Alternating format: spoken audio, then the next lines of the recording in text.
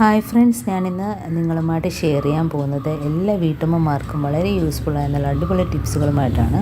അപ്പോൾ video skip ചെയ്യാതെ കണ്ടാൽ മാത്രമേ മനസ്സിലാവുകയുള്ളൂ. അതേപോലെ തന്നെ എൻ്റെ ഈ ചാനൽ സബ്സ്ക്രൈബ് ചെയ്യാതെ കാണുന്ന കൂട്ടുകാരുണ്ടെങ്കിൽ പ്ലീസ് ഒന്ന് സബ്സ്ക്രൈബ് ചെയ്ത് സപ്പോർട്ട് ചെയ്യാനും കൂടി മറക്കരുത്. അപ്പം നമുക്കിനി ഫസ്റ്റ് ടിപ്പിലോട്ട് കിടക്കാം. അപ്പോൾ ഫസ്റ്റ് ടിപ്പിൽ നമ്മൾ ഇതേപോലെ പേസ്റ്റിൻ്റെയൊക്കെ കവറുകൾ വെറുതെ കളയുകയല്ലേ ചെയ്യുന്നത്. അപ്പോൾ അതിൻ്റെ ആവശ്യമില്ല.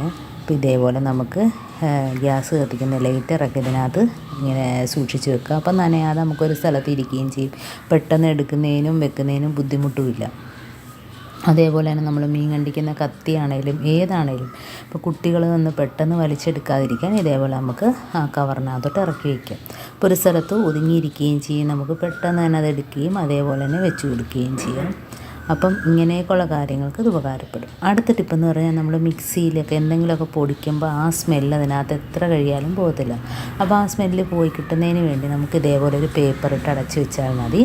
കുറച്ച് ഒരു ഒരു മണിക്കൂറോളം ഇതേപോലെ ചെയ്തപ്പോൾ ആ സ്മെല്ലങ്ങ് മാറിക്കിട്ടും. അപ്പോൾ നമുക്ക് അതിനകത്ത് എന്ത് വേണേലും പൊടിച്ചെടുക്കാം. അടുത്ത ടിപ്പെന്ന് പറഞ്ഞാൽ നമ്മൾ ഇതേപോലെ തേങ്ങ എല്ലാം വൃത്തിയാക്കിയതിന് ശേഷം നമ്മൾ എവിടെ വെച്ചാൽ അത് ഉരുണ്ടുരുണ്ടങ്ങ് പോകും. അപ്പോൾ അങ്ങനെ ഇല്ലാതിരിക്കണമെങ്കിൽ ഇതേപോലെ 2 റബ്ബർ ഇട്ടിട്ട് വെച്ചാൽ മതി, ക്രോസ് ചെയ്ത്. അപ്പോൾ ഇതേപോലെ 2 റബ്ബർ ക്രോസ് ചെയ്ത് വെച്ചാൽ നമുക്ക് എത്ര തേങ്ങ വേണേലും ഇതേപോലെ വൃത്തിയാക്കിയിട്ടെടുത്ത് വെച്ചാൽ മതി. ഉരുണ്ട് താഴോട്ട് പോകത്തതുമില്ല. നമുക്ക് ഇതേപോലെ സുരക്ഷിതമായിട്ട് അത് അവിടെ അങ്ങ് ഇരുന്നോളും. ഉണ്ടോ, ഉരുണ്ട് പോകത്തില്ല. നമ്മൾ റബ്ബർ ഇട്ടില്ലെങ്കിൽ അത് ഉരുണ്ട് പോകും. ഇപ്പോൾ ഒരു റബ്ബർ ഇട്ടപ്പോൾ തന്നെ നല്ല രീതിയിൽ ഒരു സ്ഥലത്ത് തന്നെ അത് ഇരിപ്പുണ്ട്. അപ്പോൾ അടുത്ത ടിപ്പെന്ന് പറഞ്ഞാൽ നമ്മൾ ഏതരിയാണേലും നമ്മൾ ഇതേപോലെ കുറച്ച് സ്റ്റോക്ക് ചെയ്യുമ്പോഴത്തേനും അതിനകത്ത് കുറച്ച് ദിവസം കഴിയുമ്പോൾ അതിനകത്ത് പ്രാണികളും മണ്ട് അതൊക്കെ കയറും. അപ്പോൾ അങ്ങനെ ഇല്ലാതിരിക്കണമെങ്കിൽ നമുക്ക് കുറച്ച് ഉപ്പ് പൊടി ഇതേപോലെ ഒന്ന് ഇട്ട് കൊടുത്തിട്ട് ഒന്ന് മിക്സ് ചെയ്ത് വെച്ചാൽ മതി. ആ മുകൾ ഭാഗം കുറച്ച് ഇതേപോലെ ഒന്ന് മിക്സ് ചെയ്ത് വെക്കുമ്പോഴത്തേന് ആ ഭാഗത്ത് അതിൻ്റെ അടിയിലോട്ട് ഒന്നും തന്നെ അതിൻ്റെ പ്രാണികളോ ഒന്നും തന്നെ വരാതെ നമുക്ക് അരി നല്ല ഫ്രഷായിട്ട് തന്നെ ഇരിക്കും. അതേപോലെ തന്നെ നമ്മൾ പൊട്ടിച്ച തേങ്ങ ഫ്രിഡ്ജിനകത്ത് നമ്മൾ നേരിട്ട് വെച്ച് കൊടുക്കുമ്പോഴത്തേനും അതൊരുമാതിരി ഹാർഡായിട്ട് നമുക്ക് തേങ്ങ ചിരവാനൊക്കെ ഒരു ബുദ്ധിമുട്ടായിരിക്കും. അപ്പോൾ അങ്ങനെയൊന്നും ഇല്ലാതെ നമ്മൾ എപ്പോഴും പൊട്ടിച്ച അതേ രീതിയിൽ ഇരിക്കണമെങ്കിൽ ഇതേപോലെ കുറച്ച് വെളിച്ചെണ്ണ ആ തേങ്ങയിൽ തന്നെ ഒഴിച്ച് കൊടുക്കുകയാണ്. എന്നിട്ട് നമുക്ക് ബാക്കിയുള്ള തേങ്ങയിലൊക്കെ ആ എണ്ണയൊന്ന് ഇതേപോലെ ഒന്ന് തടവി കൊടുക്കാം. അപ്പോൾ നമ്മൾ എത്ര തേങ്ങ പൊട്ടിച്ച് എത്ര ദിവസം വരെ ഫ്രിഡ്ജിൽ വെച്ചാലും ആ പുറം ഭാഗമൊന്നും ഹാർഡാകത്തുമില്ല. അതേപോലെ തന്നെ നമ്മളെപ്പോൾ പൊട്ടിച്ച അതേ ഫീലിൽ തന്നെ ആ തേങ്ങ ഇരിക്കുകയും ചെയ്യും. നല്ല ഫ്രഷായിട്ട് തന്നെ തേങ്ങ നമുക്ക് ചിരണ്ടിയെടുക്കാനും പറ്റും. ഇതേപോലെ ചെയ്യാത്തവരൊക്കെ ഒന്ന് ചെയ്ത് നോക്കാം. കണ്ടോ, നല്ല രീതിയിൽ തന്നെ നമുക്ക് എണ്ണ പുരട്ടി ഇതേപോലെ വെച്ച് കൊടുത്താൽ മതി.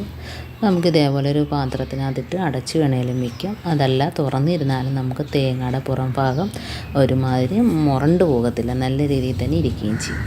അടുത്ത ടിപ്പെന്ന് പറഞ്ഞാൽ നമ്മൾ ഇതേപോലെ അരിയൊക്കെ സൂക്ഷിക്കുമ്പോഴത്തേനും അതിനകത്ത് വണ്ടും പ്രാണികളൊക്കെ കയറാതിരിക്കാൻ ഇതേപോലെ ഗ്രാമ്പു ഇട്ട് കൊടുത്താൽ മതി. 5-6 ഇതേപോലെ ഇട്ട് കൊടുക്കുമ്പോൾ ആ സ്മെല്ല് നിന്നിട്ട് അങ്ങനെയുള്ളൊരു പ്രശ്നമേ ഉണ്ടാകത്തില്ല. അടുത്ത ടിപ്പെന്ന് പറഞ്ഞാൽ നമ്മൾ ദോശയ്ക്കൊക്കെ മാവാട്ടി വെക്കുമ്പം ഇതേപോലെ ഒരു 5-6 പച്ചമുളകും കൂടെ തലേ ദിവസം തന്നെ ആട്ടി വെക്കുമ്പോൾ തന്നെ നമ്മൾ ഇതേപോലെ ഒന്ന് മുക്കി വയ്ക്കുക.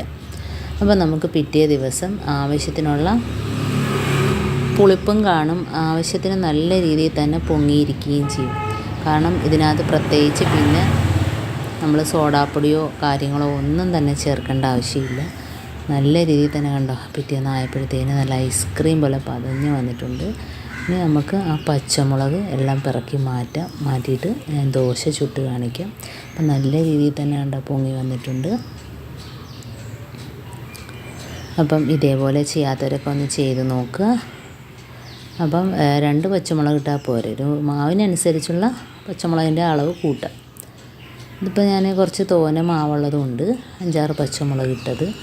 ഇനി നമുക്ക് പച്ചമുളക് പിറക്കി മാറ്റിയതിന് ശേഷം ദോശമാവ് ഒന്ന് ഉപ്പ് ചേർത്തതിന് ശേഷം ഒന്ന് ചുട്ടെടുക്കാം. പ്രത്യേകിച്ച് ഇതിനകത്ത് സോഡാപ്പൊടി ഒന്നും ചേർത്തിട്ടില്ല. അപ്പോൾ കണ്ടാൽ നല്ല സോഫ്റ്റായിട്ട് തന്നെ കിട്ടും. കണ്ടോ, ആ സോഫ്റ്റ് കണ്ടോ, നല്ല സോഫ്റ്റായിട്ടിരിക്കുന്നത്. അതുകൊണ്ട് ആ ദോശ തന്നെ പൊടിഞ്ഞു പോകുന്നുണ്ടോ, ആ രീതിയിൽ നല്ല സോഫ്റ്റുമാണ്, നല്ല ടേസ്റ്റുമാണ് ഇങ്ങനെ ചെയ്താൽ ദോശ.